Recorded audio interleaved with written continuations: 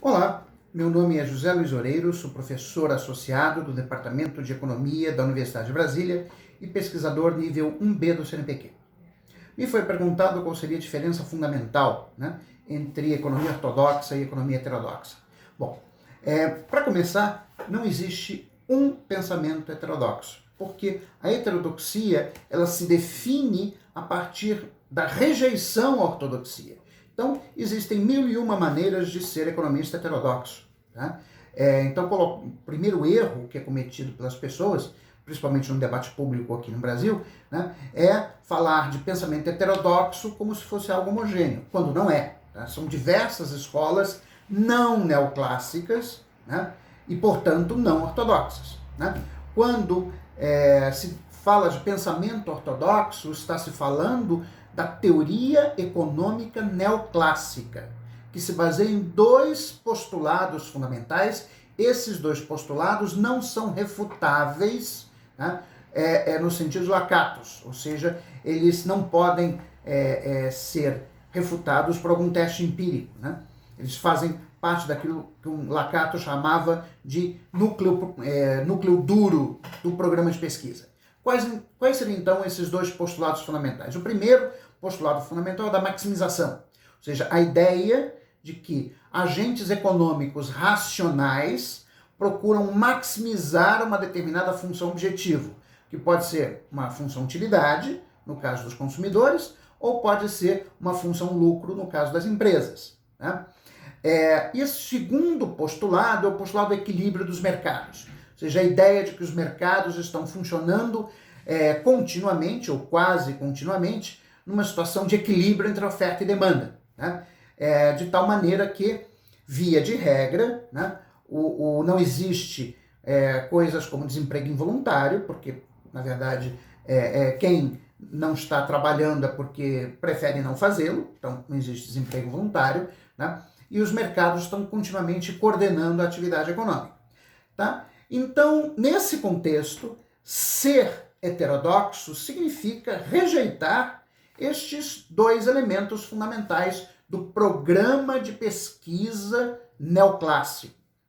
Bom, existem 1000 maneiras de ser, então, economista heterodoxo. Por exemplo, um economista pós-keynesiano, como eu e outros, rejeitamos o postulado da maximização, não porque a gente acha que os agentes são irracionais, até porque se fossem, seria impossível fazer qualquer tipo de teorização em economia, mas porque nós acreditamos que o ambiente no qual os agentes tomam decisões é um ambiente de incerteza no sentido forte, ou incerteza Knight Keynes, que é uma situação na qual o conjunto de informações necessário para os agentes formarem uma distribuição de probabilidades que seja completa e única para sua tomada de decisões, esse conjunto ele é incompleto.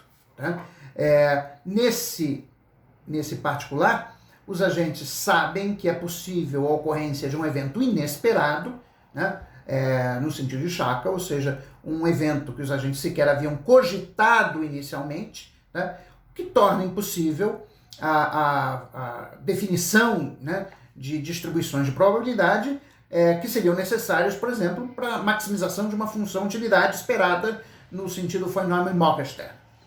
Então, numa situação de incerteza, os agentes se comportam de outra forma, e assumem comportamentos defensivos face à incerteza, como, por exemplo, a preferência pela liquidez.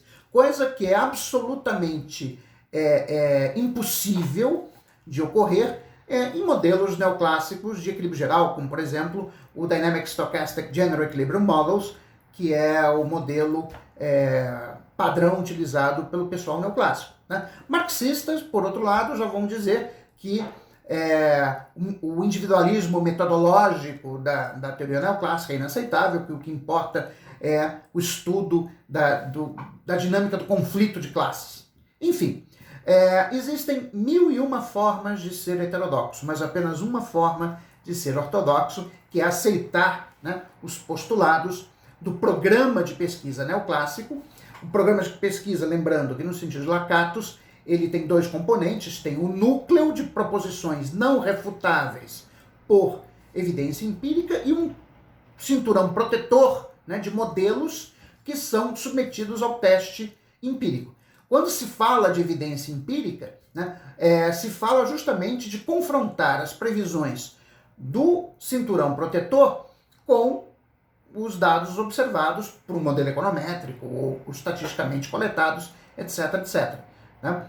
Então, é importante chamar a atenção, né, que a diferença entre ortodoxos e heterodoxos não se resume, ou não é o uso ou não de métodos econométricos ou estatísticos para se avaliar, né, as previsões de um determinado modelo. Isso é feito tanto por neoclássicos, como por pós-keynesianos, como por economistas marxistas, né? E muito menos o uso da matemática na construção de modelos. Isso é de uma besteiragem inacreditável. Tá? Economistas pós-keynesianos como eu e outros, tá? O Peter Scott, Marc Lavoie, tá? O Thomas Pelley, mesmo economistas marxistas como Duncan Foley, entre outros, usam extensamente modelos matemáticos para apresentar, né, as teorias que compõem o chamado cinturão protetor do programa de pesquisa. Mas o núcleo de proposições duras do programa, esse, em nenhum programa de pesquisa, está sujeito à comprovação empírica ou à refutação empírica. Okay? Então, eu acho que essa é a grande diferença entre ortodoxos e heterodoxos. Quem tiver mais interesse em se aprofundar, sugiro este livro, O Valor das Ideias, que foi editado por Marcos Lisboa e Samuel Pessoa, que é onde tem um capítulo meu com o meu colega Paulo Gala, em que eu apresento, em que nós apresentamos de uma maneira um pouco mais sistemática as ideias que eu estou apresentando neste pequeno vídeo. Ok? Bom dia a todos.